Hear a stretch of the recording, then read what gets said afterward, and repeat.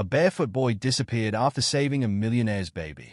When the rich man finally found his house the next day, he couldn't hold back tears seeing Marcus's bare feet burned against the hot asphalt as he weaved between the cars stopped at the red light. The afternoon sun beat down on his dark skin, sweat trickling down his neck and soaking the worn brown t-shirt that hung loose on his thin frame. His cardboard box of candies felt heavy in his hands after 4 hours of work. Candies. $1 each. His voice carried over the rumble of idling engines. Most drivers stared straight ahead, pretending not to see the 12-year-old boy with his box of sweets. The morning's conversation with his mother echoed in his ears as he approached a blue sedan. "Marcus, baby, your feet," his mother had said, her tired eyes fixed on his callous soles as he got ready for school. "I'm gonna try to get extra shifts at the diner this week." "It's okay, Mom," he'd replied, pulling on his old socks. "The ground's not that hot." That had been a lie. The asphalt burned like fire now, but Marcus kept moving. He'd learned to ignore the pain, just like he'd learned to ignore the way some people wrinkled their noses when he approached their cars. A familiar silver Prius pulled up to the light. Marcus's face brightened as he recognized Mrs. Henderson, a regular customer who never failed to buy at least 2 candies. "Hello, Marcus," Mrs. Henderson called out, already rolling down her window. "How's business today?" "Could be better, Mrs. H." Marcus managed a genuine smile. "But the day's not over yet. Give me 3 today." She handed him 3 crisp dollar bills. "And please wear some shoes, dear. The pavement must be scorching." Marcus carefully selected her favorite chocolate bars from his box. "Thank you, Mrs. Henderson. Have a great day." As Mrs. Henderson drove away, Marcus counted his earnings. $27 since lunch break. Not great, but not terrible either. Maybe enough to help with the electricity bill this month. The traffic light turned green, and the cars rolled forward. Marcus retreated to his usual spot on the corner, taking a moment to rest his feet on a small patch of grass. His eyes scanned the approaching vehicles as the light turned red again. That's when he noticed the black Tesla pulling up to the front of the line. The car probably cost more than what his mother made in 2 years. Behind the wheel sat a man in an expensive suit, phone pressed to his ear, gesturing animatedly as he talked. "No, absolutely not. The merger needs to happen this week," the man was saying, his voice carrying through the open window. "I don't care what their board thinks. Make it happen." Marcus almost approached the Tesla, then stopped. Experience had taught him that the expensive cars rarely had windows that rolled down for candy sellers. Instead, his attention drifted to the passenger side, where an elegant baby stroller sat parked next to the car. The stroller was one of those high-end models his mother sometimes pointed out in magazine ads, all sleek lines and shiny metal. A soft pink blanket draped over the top, and Marcus could hear faint baby sounds coming from within. Something wasn't right. Marcus squinted, his heart suddenly beating faster. The stroller's wheels were moving. Just slightly at first, barely noticeable, but definitely moving. The businessman remained absorbed in his phone call, unaware. The grade of the road was subtle, but it was there, and the stroller was starting to roll. "Hey!" Marcus called out, but his voice was lost in the traffic noise. "Hey, mister!" The man didn't look up. The stroller's movement accelerated. Marcus's feet forgot about the burning asphalt. His candy box forgotten, he took a step forward, eyes locked on the rolling stroller. Time seemed to slow down as his mind raced through calculations he didn't even know he could make. The stroller was picking up speed. The light was about to change. Cross-traffic was already revving their engines. The man was still on his phone, and the baby had started to cry. The sound of that cry shot through Marcus like an electric current. Without conscious thought, his legs began to move. The box of candies clattered to the ground, chocolate bars scattering across the pavement. His mother's voice echoed in his head. "Be careful at those traffic lights, baby." But for the first time in his life, Marcus wasn't being careful at all. He was running straight into traffic. The baby's cry grew louder as the stroller picked up speed, its wheels now spinning freely as it headed toward the intersection. Marcus's bare feet slapped against the burning pavement, each step sending shocks of pain through his legs, but he didn't slow down. He couldn't slow down. Cars honked. Someone yelled. The businessman finally looked up from his phone, but Marcus saw none of it. His whole world had narrowed down to the runaway stroller and the crying baby inside it. The gap between him and the stroller was closing, but so was the distance between the stroller and the busy cross street. His lungs burned. His feet screamed. The afternoon heat pressed down like a heavy blanket. "Hold on," he shouted, though he knew the baby couldn't understand. "Hold on." The light changed. The cross-traffic began to move, and Marcus made the final sprint. Marcus's world shrunk to a tunnel of pure focus. The stroller, the approaching cars, the distance between them.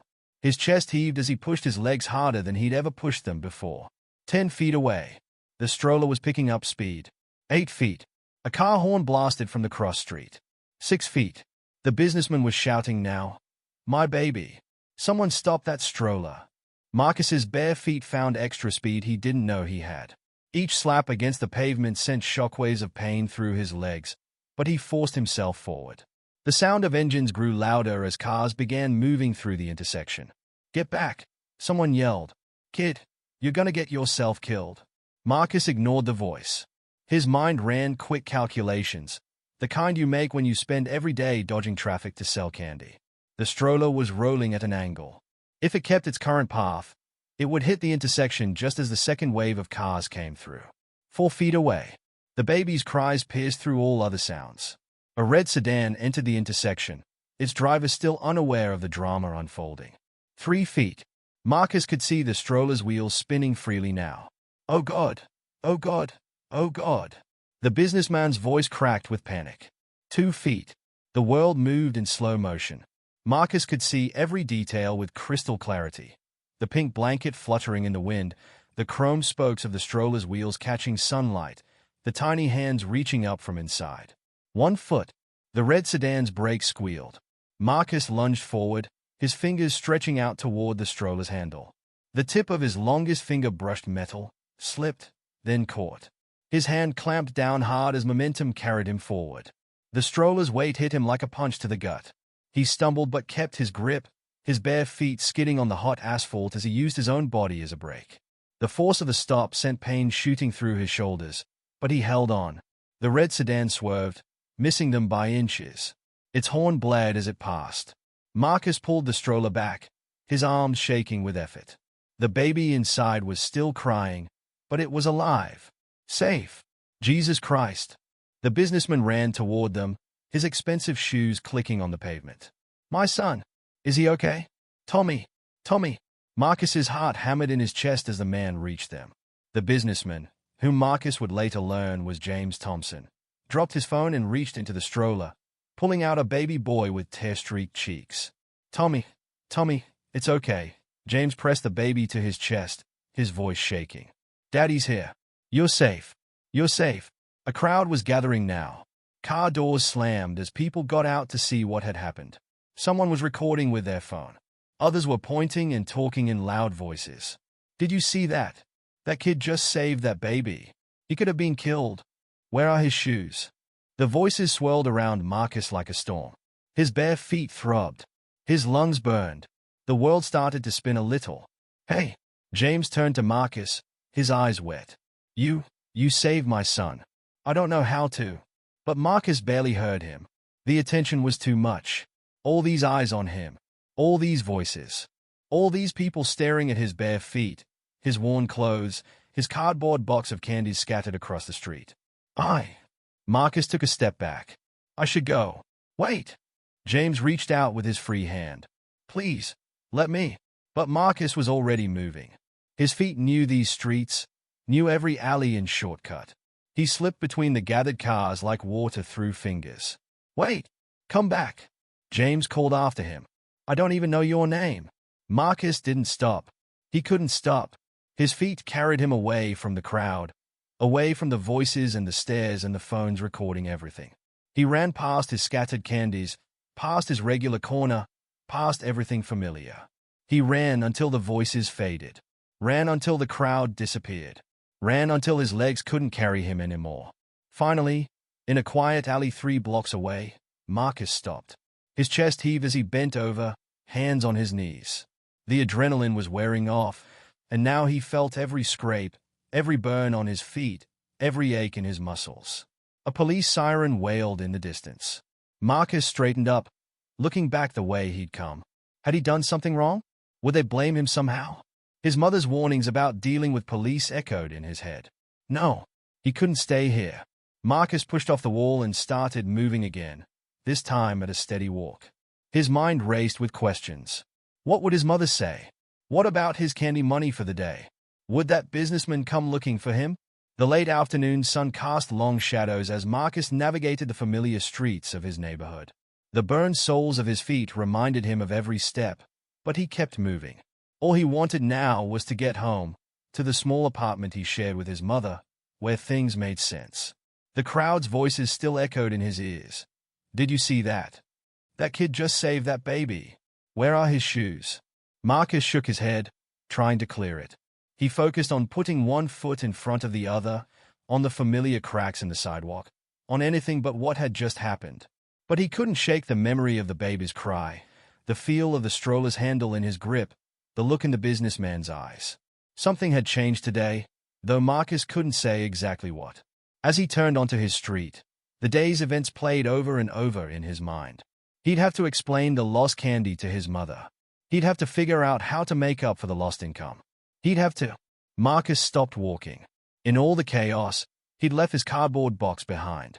The box his mother had carefully painted with Marcus's candies in her neat handwriting. The box that represented their hope for a better future. Man, he whispered to the empty street. Mom's gonna kill me. Marcus stood outside his apartment building, staring up at the third-floor window. Light spilled out into the darkening evening. His mother was already home. His stomach twisted into knots. How was he going to explain everything? Just got to tell her the truth, he muttered to himself, then winced as he climbed the first step. His feet felt like they were on fire. The stairwell smelled like Mrs. Rodriguez's cooking from 2B. On a normal day, his mouth would water at the scent of her famous enchiladas. Today, it just made his stomach clench tighter. As he reached his floor, he heard the TV through their thin apartment door. The news was on. Dramatic rescue at the intersection of Madison and 5th today, where an unidentified young boy saved a baby from what could have been a tragic accident. Marcus froze, his hand halfway to the doorknob. The boy, described as African-American and approximately 10 to 12 years old, disappeared from the scene before he could be identified. His mother's voice carried through the door. Look at these crazy things happening in our city. Lord have mercy. Marcus took a deep breath and opened the door. Sarah Williams looked up from her spot on their worn couch, still in her diner uniform. Baby, you're late. I was getting worried. Her smile faded as she took in his appearance. Marcus, what happened to you? He must have looked worse than he thought. His brown t-shirt was dark with sweat, his shorts dusty from the street. I'm okay, Mom. Just had a rough day. Sarah muted the TV and stood up. A rough day? You look like you've been dragged behind a truck. And where's your candy box? The news continued silently on the screen behind her. Marcus caught a glimpse of the intersection where everything had happened. I dropped it, he said, looking down at his feet. Lost all the candy too. You dropped it? Sarah's voice rose slightly. Marcus, that was $30 worth of inventory. We can't afford to just throw money away like that. I know, Mom. I'm sorry. I'll make it up somehow. Sarah stepped closer, her expression shifting from anger to concern. Baby, you're shaking. What really happened? On the TV screen, a cell phone video was playing. Even without sound, Marcus recognized the scene, a small figure running through traffic toward a runaway stroller. Nothing happened, he said quickly, trying to position himself between his mother and the TV.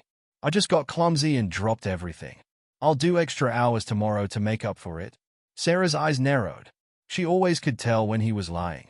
Marcus David Williams, you tell me what's going on right now. A knock at the door made them both jump. Mrs. Williams? A voice called from the hallway. It's Mrs. Rodriguez from 2B. Can we talk for a minute?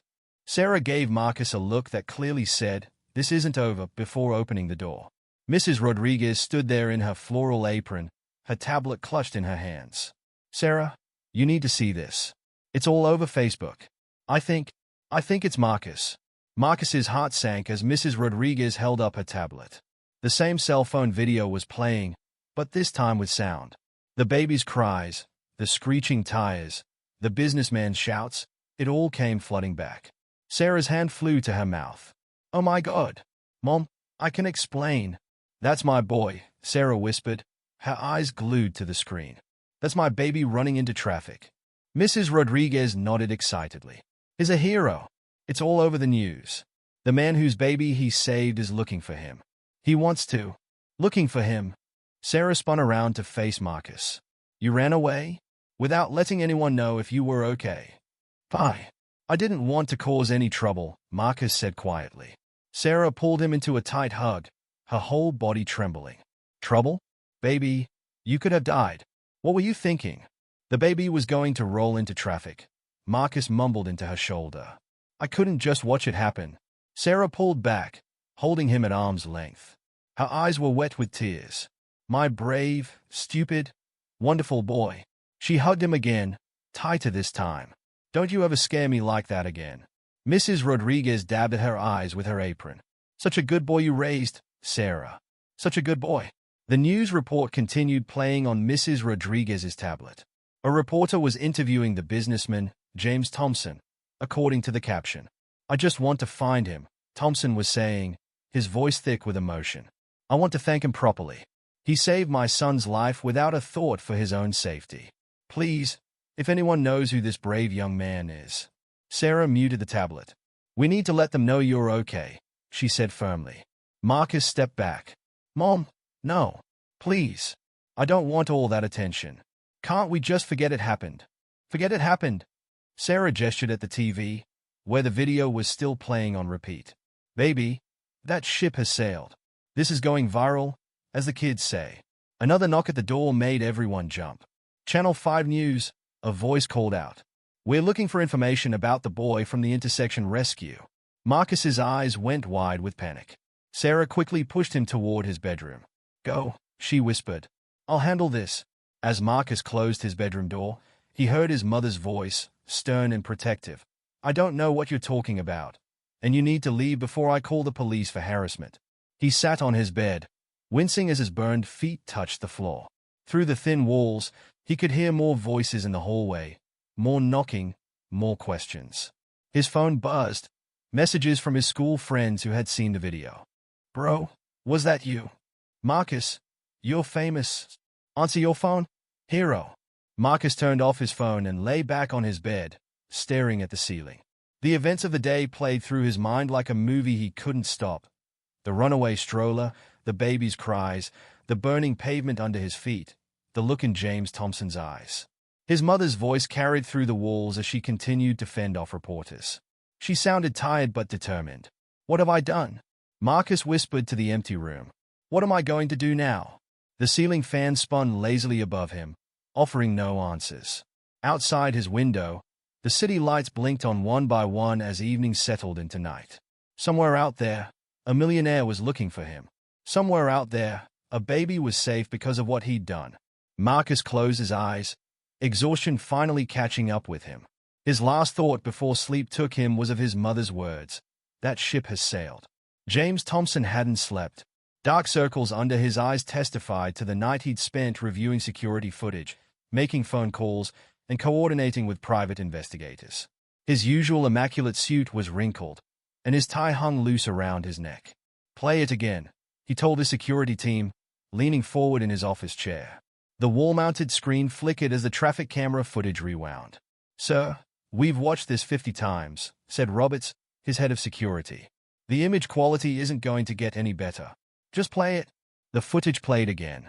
The same scene. The stroller rolling away, the boy running through traffic, the rescue, the escape. James watched the boy's face intently, trying to catch any detail he might have missed. Freeze it there. He pointed at the screen. Can we enhance that frame? Roberts tapped his tablet. The image zoomed in, becoming grainier. This is the best we can do, sir. The traffic cameras weren't designed for facial recognition. James rubbed his temples.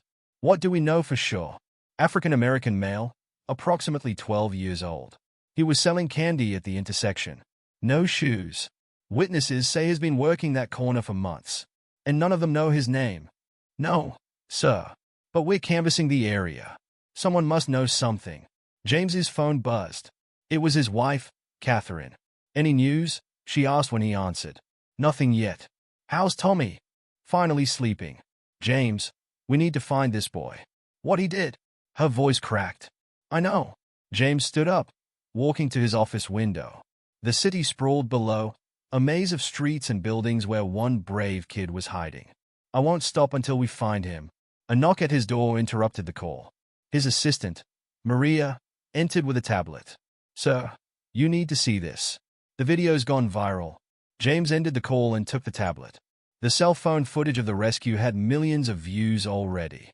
The comment section was flooded. Who is this kid? Someone find him. True hero. Why was he barefoot? The local news stations want interviews, Maria said. They are running the story in every time slot. James handed back the tablet. Set up a press conference. Today, I want to make a public appeal. 2 hours later, James stood before a forest of microphones in his company's lobby. Camera flashes popped as he adjusted his fresh suit and tie. Yesterday afternoon, my son Tommy was saved from certain tragedy by the bravest young man I've ever encountered. He began, his voice steady despite his exhaustion. This boy risked his life without hesitation. He didn't know Tommy was my son. He didn't know who I was.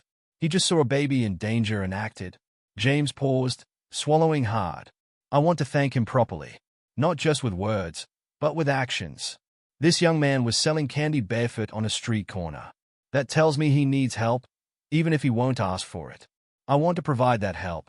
I want to ensure he has every opportunity my own son will have. The reporters erupted with questions. Mr. Thompson, is this a publicity stunt? How much are you offering as a reward? Why didn't you stop him from running away? James held up his hand. This isn't about publicity or money. This is about doing what's right. This boy saved my son's life. Now I want to save his future. Back in his office, James watched the press conference replay on the news. His phone hadn't stopped ringing since. Tips, leads, reporters wanting exclusive interviews. Sir, Roberts entered with a new report. We might have something. A convenience store owner 3 blocks from the intersection says the boy buys candy wholesale from him every week. Always with his mother. James sat up straighter. And? He doesn't know their names, but he says they live in the Pine Grove apartments. It's a low-income complex about a mile from the intersection. Get the car ready. Sir, it's almost midnight. I don't care what time it is. That boy's out there, probably scared, probably thinking he's in trouble. Every hour we wait is another hour he carries that fear. The drive to Pine Grove Apartments was short. The building was old, paint peeling from its walls, security lights flickering in the parking lot. James's expensive car looked out of place among the rusted vehicles. 4th floor's done, one of his investigators reported via radio. No sign of the boy. 3rd floor next, another voice crackled. James waited in the car, watching the windows of the building. Somewhere in there was the boy who'd saved his son. A boy who'd risked everything for a stranger's child, then disappeared without waiting for thanks. His phone buzzed with another news alert. More footage had surfaced, a different angle of the rescue, showing just how close the boy had come to being hit by that red sedan. James's hands tightened on the steering wheel. The image of his son's stroller rolling toward traffic haunted him. If that boy hadn't been there, if he hadn't acted so quickly. Sir! Roberts' voice came through the radio. We found something. Apartment 3C. A woman named Sarah Williams lives there with her son. The neighbors say he sells candy at traffic lights. James was out of the car before Roberts finished speaking. The boy's name is Marcus, Roberts continued. But sir, there's something else. The mother's been turning away reporters all evening. She's protecting him, as any good mother would, James said, straightening his tie. Is she home now? Lights on in the apartment. James took a deep breath. Okay, I'm going up. Alone. Sir, I should accompany you. No. No security, no investigators. Just me, father to mother. The stairwell was dark, one bulb flickering weakly. Each step echoed off the concrete walls. James thought of his own home, with its marble stairs and chandelier, and felt a wave of shame. On the 3rd floor, he found 3C. Paint was peeling from the door, but a small welcome mat sat in front of it, well swept and cared for. James raised his hand to knock, then hesitated. What if the boy didn't want to be found? What if his mother turned him away like the reporters? He thought of Tommy, safe in his crib because of the courage of the boy behind this door. James knocked. The knock echoed through the small apartment. Marcus sat up in his bed, heart pounding. His mother's footsteps crossed the living room, slow and cautious. "Who is it?" Sarah called through the door. "Mr. Thompson. James Thompson. My son. Your boy saved him today." Marcus heard his mother's sharp intake of breath. He crept to his bedroom door, opened it just enough to see through the crack. Sarah stood at the apartment door, one hand on the chain lock. "It's midnight, Mr. Thompson. I know. I'm sorry. I had to find him. Had to thank him." Sarah glanced toward Marcus's room. She saw him peeking through the door and gave a small nod. "1 minute," she said through the door. "Let me put on some coffee." Marcus quickly closed his door, heart racing. His mother's footsteps approached. "Baby," she whispered, entering his room. "You don't have to talk to him if you don't want to." Marcus looked down at his burned feet, then back at his mother. "Is he alone?" "Seems to be." "Okay." Marcus nodded. "I'll talk to him." Sarah helped Marcus into the living room, supporting him as his tender feet touched the floor. Then she opened the front door.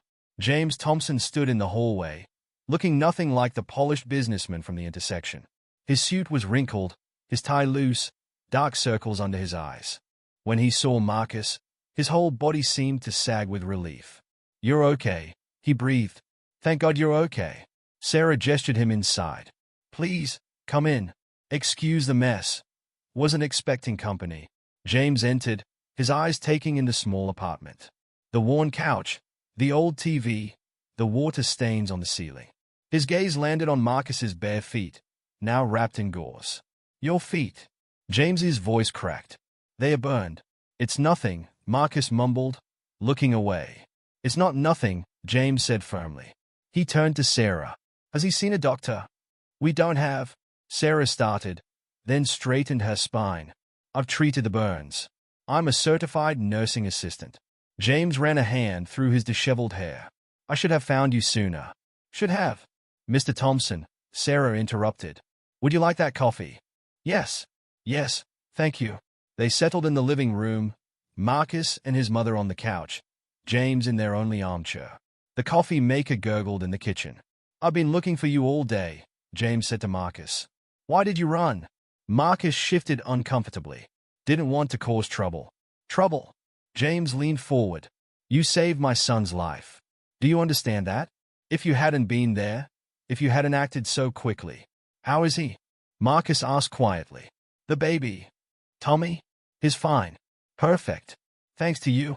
James pulled out his phone, showed them a picture of a smiling baby boy. "This was taken an hour ago. His home. Safe. Because of what you did." Sarah returned with 3 mugs of coffee, handed them out. Her hands shook slightly. "That was my fault," James continued. "I was on my phone, distracted. $1 million deal seemed more important than making sure my son's stroller was secure." His voice turned bitter. "Some father I am.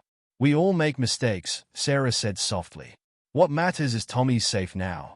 James looked at her gratefully, then turned back to Marcus. "I saw the security footage. Watched it probably 50 times today. You didn't hesitate. Not for a second." "Why?" Marcus stared into his coffee mug. "I heard him crying. Saw where the stroller was heading. Just had to do something. Had to do something," James repeated. "You know how many people were there? How many adults? They all just watched. But you acted." Silence filled the small living room. Through the thin walls, they could hear Mrs. Rodriguez's TV next door. "I want to help," James said finally. "I need to help." "We don't need charity," Sarah said quickly. "It's not charity." James set down his coffee. "It's an investment. In him." He nodded toward Marcus. "I saw his candy box today." "Marcus's candies. Your handwriting?" he asked Sarah. She nodded. A 12-year-old boy, selling candy barefoot to help his mother. Shows responsibility. Initiative. And then, when the moment came, he showed incredible courage and quick thinking. James leaned forward. "Do you know what people like that become, with the right opportunities?" "Mr. Thompson," Sarah started. "Please, let me finish. I've spent all day thinking about this. The private school my older children attend, Brighton Academy. They have a full scholarship program. But it's not just about academics. They look for character, for that special something that makes a person stand out." Marcus looked up. "Brighton Academy? That's like the best school in the city." "Yes, it is. James smiled. And they've never had a candidate quite like you. Sarah set down her coffee cup. That's a very generous offer. But it's not just tuition, James continued.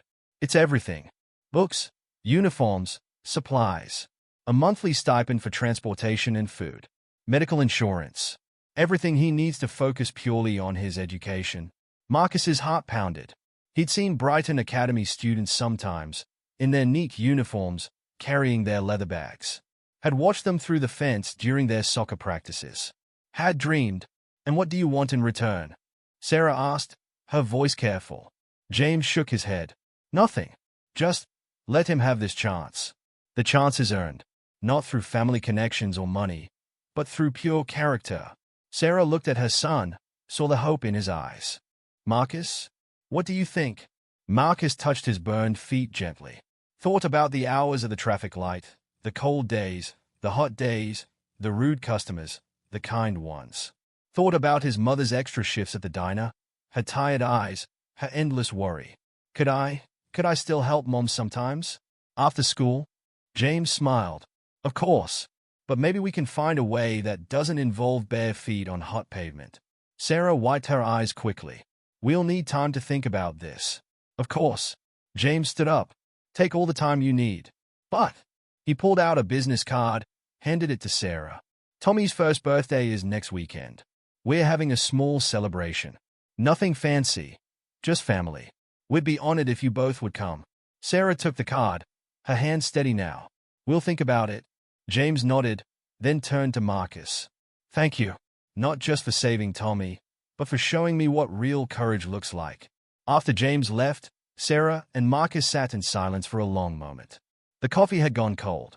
Mom, Marcus finally said, are we really going to think about it? Sarah pulled her son close, kissed the top of his head. No, baby. We're not going to think about it. Marcus's heart sank. We're going to do it, she continued. Because that man's right. You've earned this. Not by saving his son, though Lord knows that was brave enough, but by everything you've done, every day, trying to help our family. It's time someone helped you back. Marcus hugged his mother tight, tears running down his face.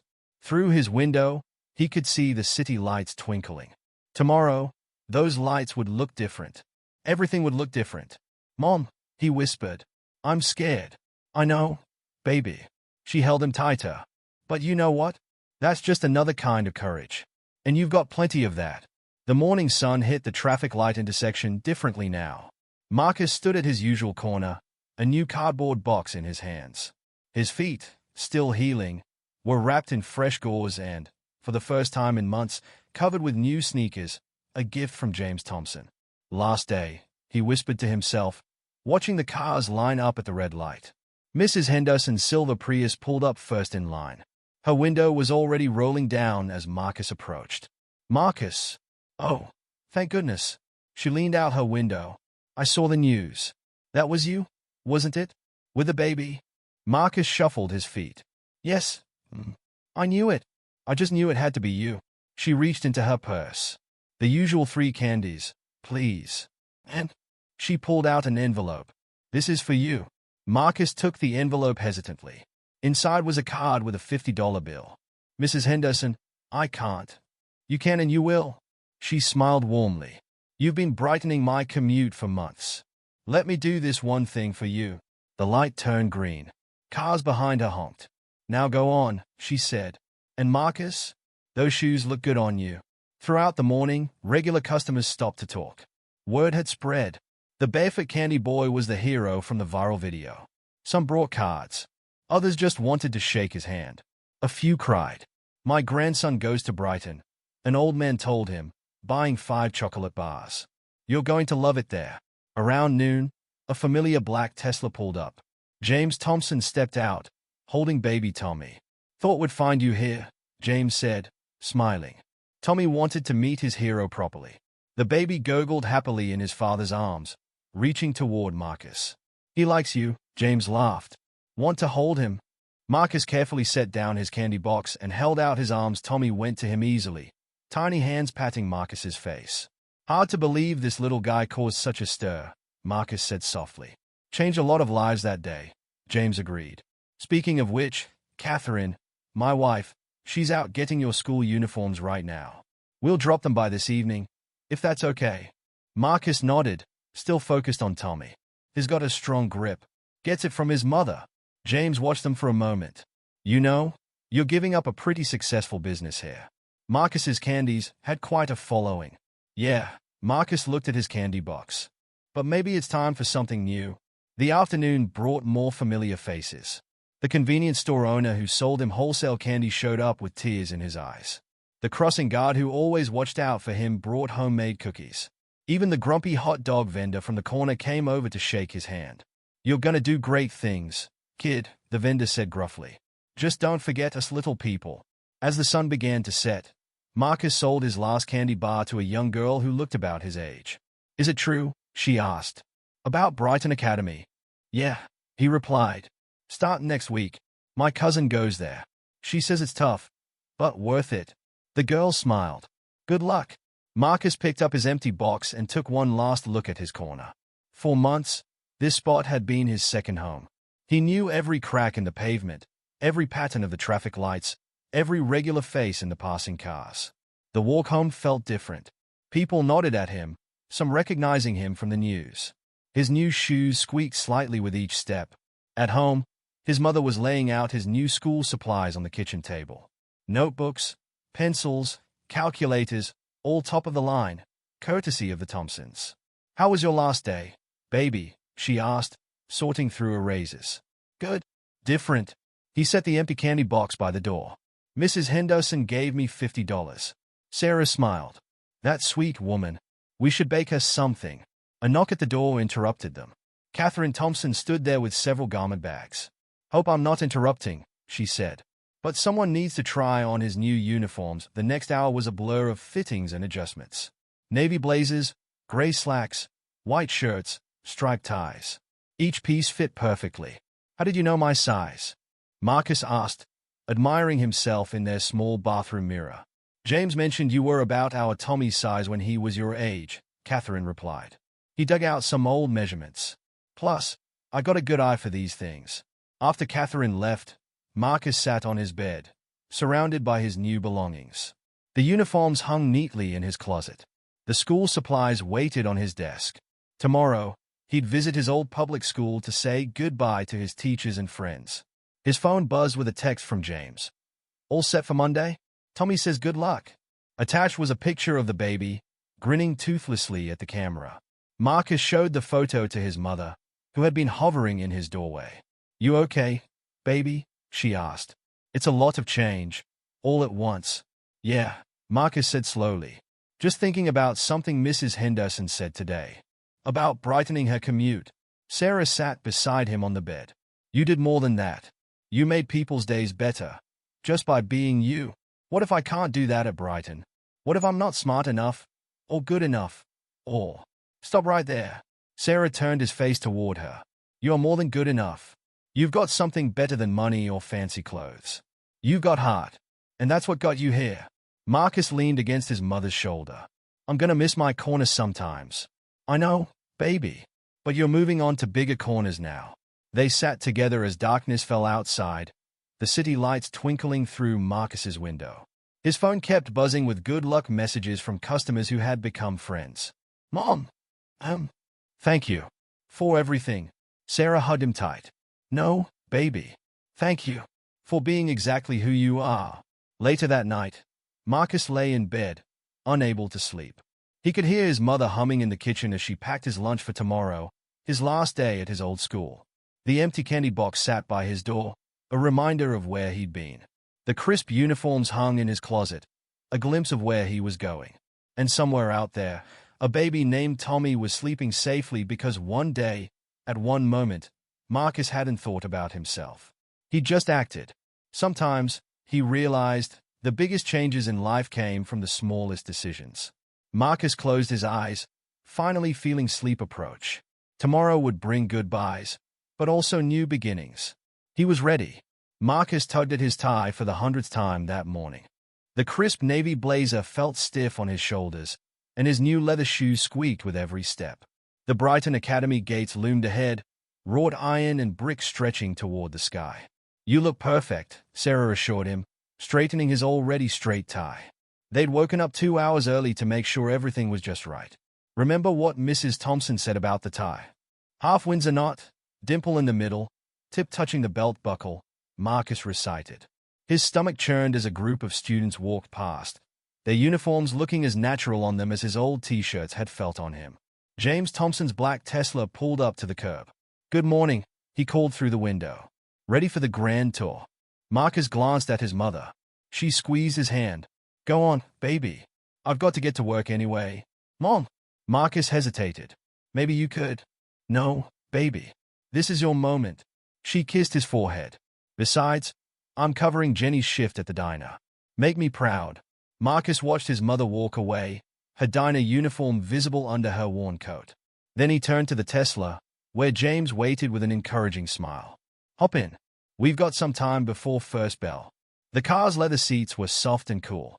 Through the window, Marcus watched other students arriving, some in expensive cars like this one, others walking up from the nearby bus stop. "Nervous?" James asked, pulling away from the curb. "A little," Marcus admitted. "Everything's so different." James parked in the faculty lot. "I felt the same way my first day here." Marcus looked at him in surprise. "You went to Brighton. Scholarship kid, just like you. My father was a mechanic." James smiled at Marcus's expression. "What? You thought I was born in a suit?" They walked through the main entrance, footsteps echoing on the polished floors. The halls were lined with trophy cases and framed photographs of graduating classes going back decades. "First stop, main office," James said. "Mrs. Chen's been handling Brighton admissions for 30 years. She's tough but fair." A small Asian woman looked up as they entered. "Ah, Mr. Thompson. And this must be Marcus Williams." "Yes."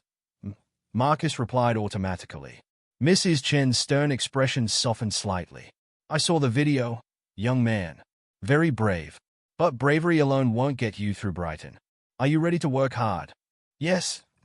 She handed him a thick envelope. "Schedule, map, student handbook, locker assignment. First period starts in 20 minutes. Don't be late." The tour went by in a blur. The library with its 2-story windows. The science labs filled with equipment Marcus had only seen in movies. The cafeteria that looked more like a restaurant. The Olympic-sized swimming pool.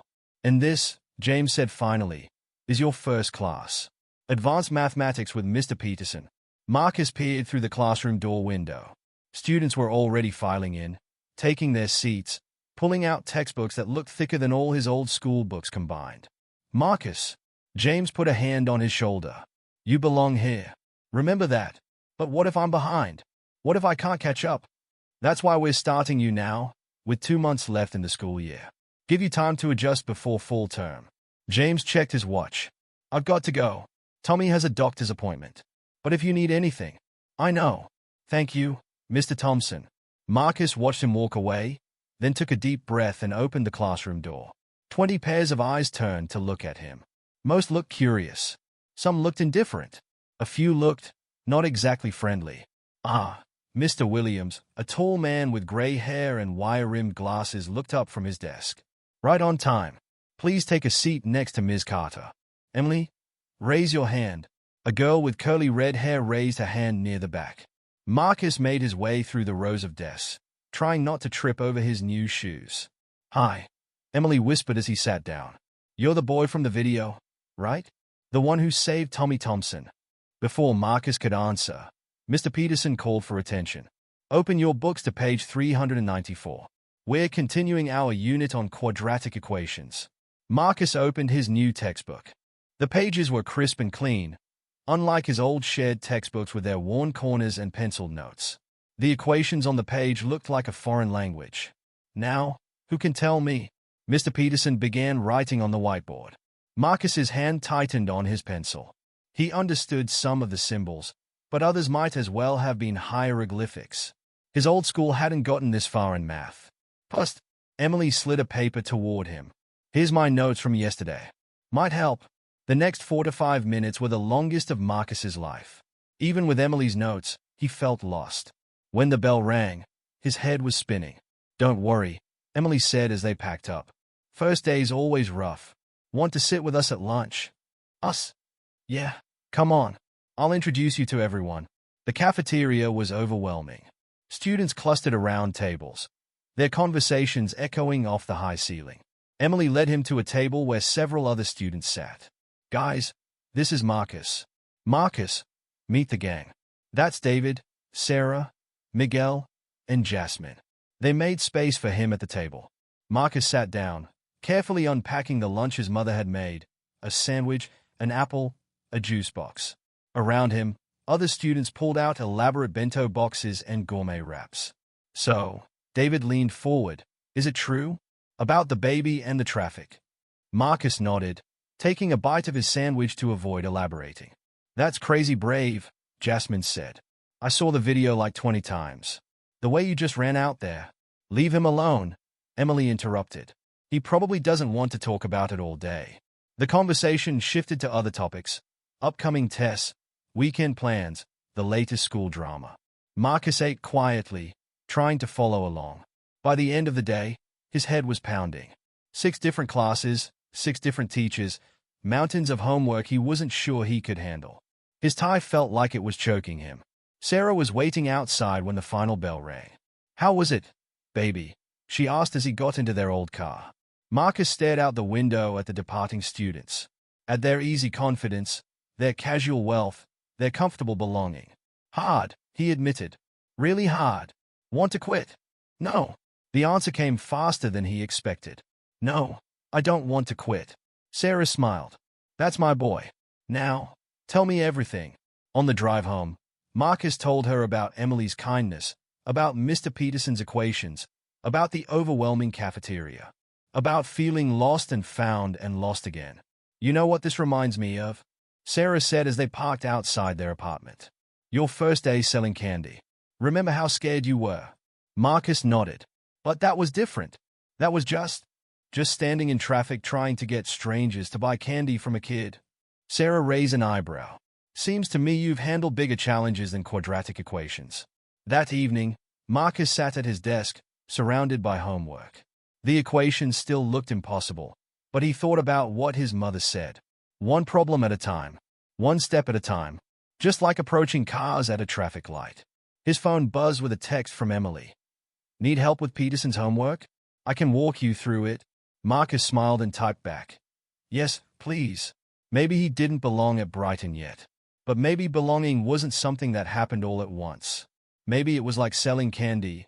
You started scared, you learned the rhythm, and eventually, it became part of who you were. He opened his math book and began to work. 2 weeks after starting at Brighton Academy, Marcus stood at his old corner. The Saturday morning traffic was light, and the spring sun hadn't yet heated the pavement to its summer temperatures. His new shoes felt sturdy on the familiar concrete. This time, instead of a candy box, he carried a backpack full of school supplies. You sure about this? Sarah asked, standing beside him. She'd taken the morning off from the diner to help. Yeah, Marcus nodded. I saw Jimmy yesterday, still selling candy barefoot. Jimmy was there now, a skinny 10-year-old with worn shoes full of holes. He was working Marcus's old spot, holding a battered cardboard box of candy bars. Hey, Jimmy, Marcus called out, walking over. How's business? Jimmy's eyes went wide. Marcus? That really you? Man, you look different. The Brighton uniform did make him look different. Marcus had kept it on purpose, but loosened the tie and left the blazer at home. How much you making today? Marcus asked. Jimmy shrugged. Maybe 15 so far. People ain't buying much. Got something better for you. Marcus opened his backpack. How's your math grades? Not good. Been missing class a lot to sell candy. Marcus pulled out a notebook, some pencils, and a basic calculator. What if you could do both? Sell candy and keep up with school? Jimmy eyed the supplies suspiciously. These for me? Yeah, and something else. Marcus handed him a pair of new sneakers. They're like the ones Mr. Thompson got me. Should fit you. Jimmy held the shoes like they might disappear. But why? Because someone helped me. Now I'm helping you. Marcus gestured to the corner. Mind if I work with you today? Got some stuff to teach you. For the next hour, Marcus showed Jimmy his old sales techniques. How to approach cars safely. Which customers to avoid. How to make change quickly.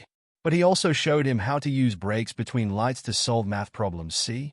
If you're selling candy for $1 each, and you buy them wholesale for 50 cents, what's your profit margin? Jimmy worked it out on his new calculator.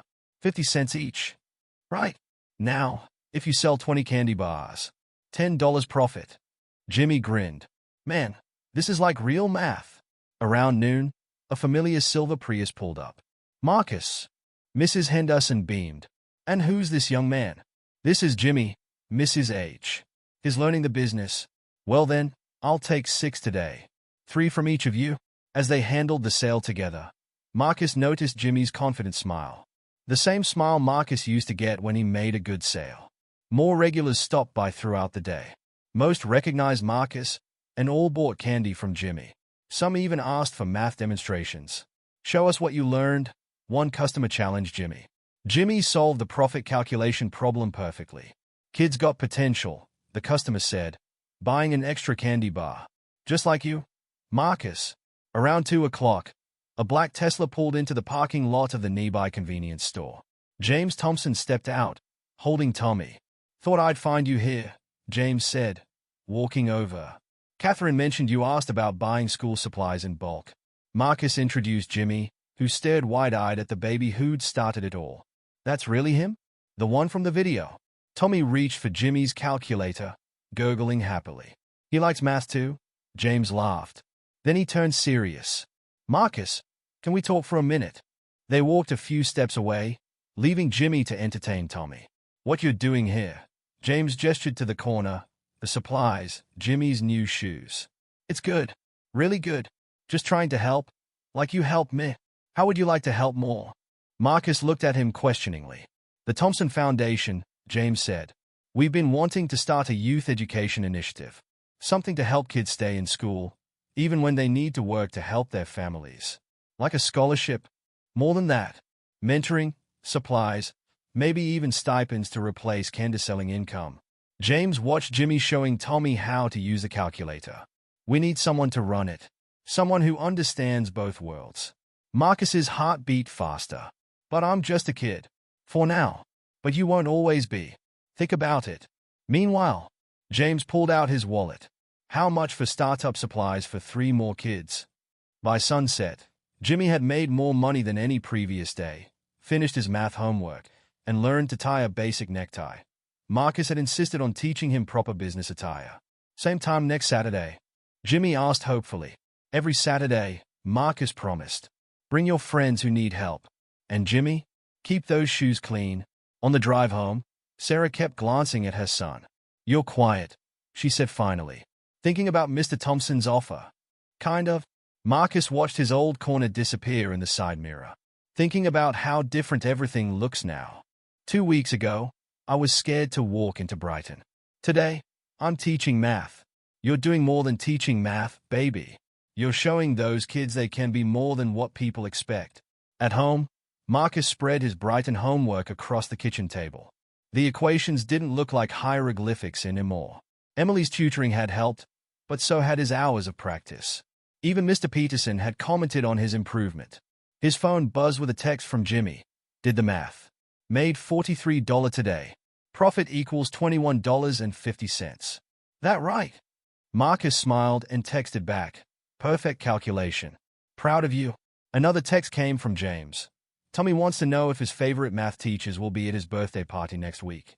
Marcus looked at his Brighton uniform hanging neatly in his closet, then at his old candy box still sitting by the door. 2 worlds that seemed so far apart once, now connected by an unexpected bridge. He thought about James's offer, about other kids like Jimmy, trying to balance school and survival, about how a simple pair of shoes and some school supplies could change someone's whole perspective. Hey Mom, he called out. Remember when you painted that candy box for me? Think you could paint some more? Sarah appeared in his doorway. How many you need? As many as we can make. I got some ideas.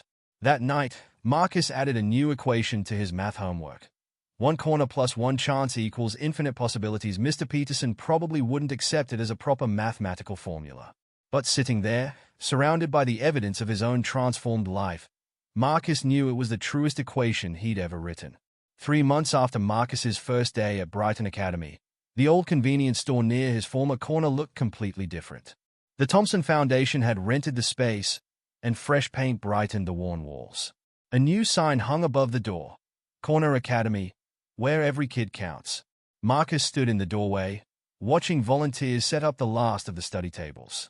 Each station had new textbooks, calculators, and school supplies. The wall behind the old checkout counter now held dozens of neatly painted candy boxes, each bearing a student's name. Looking good, isn't it? James Thompson walked up, holding Tommy's hand. The toddler had recently learned to walk and insisted on doing everything himself. Better than I imagined, Marcus admitted. Think it'll work? It's already working. James pointed through the window to the group of kids gathering outside. Look who's first in line. Jimmy stood at the front, wearing his clean sneakers and a clip-on tie. Behind him, 5 other former candy sellers waited, all wearing new shoes and carrying backpacks provided by the foundation. Ready to open up? James asked. Marcus straightened his Brighton tie. Ready. The kids filed in, eyes wide at the transformation. Where once they'd bought wholesale candy, now they found a space designed just for them. Welcome to Corner Academy, Marcus announced. Rule number 1, everyone gets a candy box. Rule number 2, grades matter more than sales. Rule number 3, always wear your shoes. Jimmy raised his hand. Do we still get to sell candy? After homework, Marcus nodded. And only if your grades stay up. We've got tutors from Brighton coming to help. On cue, Emily and several other Brighton students entered, wearing volunteer badges. They'd all jumped at the chance to help when Marcus presented his idea to the student council. Okay, everyone find a table, Marcus continued. Let's start with math. Who can tell me about profit margins? 6 hands shot up immediately. The morning passed quickly. Kids who'd once spent their Saturdays dodging traffic now worked on fractions and grammar, their candy boxes waiting as rewards for completed assignments. Sarah arrived around noon, carrying trays of sandwiches. She'd taken on managing the program's food service, ensuring every kid had a proper lunch. Look at you, she said quietly to Marcus. All grown up and running a school. It's not really a school. Mom. Could have fooled me. She watched as Jimmy helped a younger kid with multiplication tables. You're changing lives, baby. A commotion at the door drew their attention. Catherine Thompson arrived with more volunteers, carrying art supplies and books. The library said we could keep these, she announced. And the art teacher at Brighton donated everything we need for creative projects. Marcus helped set up the new materials, remembering how just months ago, his biggest concern had been making enough candy money to help with bills. Now he divided his time between Brighton Academy, where his grades improved daily, and Corner Academy, where he helped others find their path. Marcus. A small voice tugged at his sleeve. A 7-year-old girl named Lucy held up her math worksheet. Did I do this right? Marcus checked her work. Perfect calculations, just like he'd taught her. Someone's ready for their candy box, he smiled. Lucy beamed. Mom says if I keep my grades up, maybe I can go to Brighton too someday. Keep working hard, and you can go anywhere you want. The afternoon brought more visitors. Mrs. Henderson stopped by with donations and stayed to read stories to the younger kids. The grumpy hot dog vendor provided free lunches. Even Mrs. Rodriguez from Marcus's apartment building came to teach some basic Spanish. It's becoming quite the community center, James observed, watching Tommy play with the other kids. That's the idea, Marcus replied. No kid should have to choose between helping their family and getting an education. Around closing time, as the last students packed up their books and candy boxes, a reporter from the local news showed up. We're doing a follow-up story, she explained, about the boy who saved a baby and ended up saving so much more. Marcus tried to deflect. It's not about me. It's about them. He gestured to the kids, proudly showing their parents their completed homework. Tell me about your plans for expansion, the reporter continued. I hear the Thompson Foundation is looking at similar locations across the city. One corner at a time, Marcus said. Just like selling candy. After the reporter left, Marcus did a final walk through the space. Empty candy boxes lined up neatly, waiting for Monday's after-school program. Textbooks stacked ready for next week's lessons. A wall of photos showing the kids' progress, Jimmy's first A in math, Lucy's reading award, countless proud moments. His phone buzzed with a message from Emily. Study group tomorrow? Peterson's test is going to be tough. Another message followed from James. Board meeting Monday. They want to hear your ideas for the next location. Marcus smiled, remembering his first day at Brighton, how impossible everything had seemed. Now he moved between both worlds easily, the private school student and the community mentor, the scholarship kid and the program director. Sarah appeared beside him. Ready to go home, baby? Almost. Marcus walked to the front window, looking out at his old corner. The traffic light still changed its steady rhythm, red, green, yellow. But now, instead of kids dodging cars to sell candy, he saw futures brightening one homework assignment at a time. You know what's funny? He said as they locked up. All this started because of one split-second decision. One moment when I didn't think, just acted. Sometimes that's all it takes, Sarah replied. One moment of courage. They walked to the car together, passing the spot where a runaway stroller had changed everything. Tommy's birthday balloon still floated above the entrance, marking 3 months since Corner Academy opened. Mom, think we're making a difference? Sarah stopped walking and turned to her son. Baby, look around. Really look? Marcus did. He saw Jimmy teaching another kid how to tie a tie. Saw Lucy reading to her little brother on the steps. Saw the proud parents picking up children with books instead of candy boxes. You're not just making a difference, Sarah continued. You're showing them how to make their own differences. And that's worth more than all the candy sales in the world. As they drove home, Marcus thought about everything that had brought him here. The burning pavement under bare feet. The scary first days at Brighton. The moment he decided to return to his corner, not to sell candy, but to sell possibility. His phone buzzed one more time. A photo from James, Tommy sleeping, clutching one of Corner Academy's candy boxes like a teddy bear. The caption read, "Some heroes don't wear capes. Some just wear Brighton uniforms and remember where they came from." Marcus looked out at the city streets, at all the corners waiting to be transformed. One decision had started it all, but it would take thousands more to keep it going. He was ready for every one of them.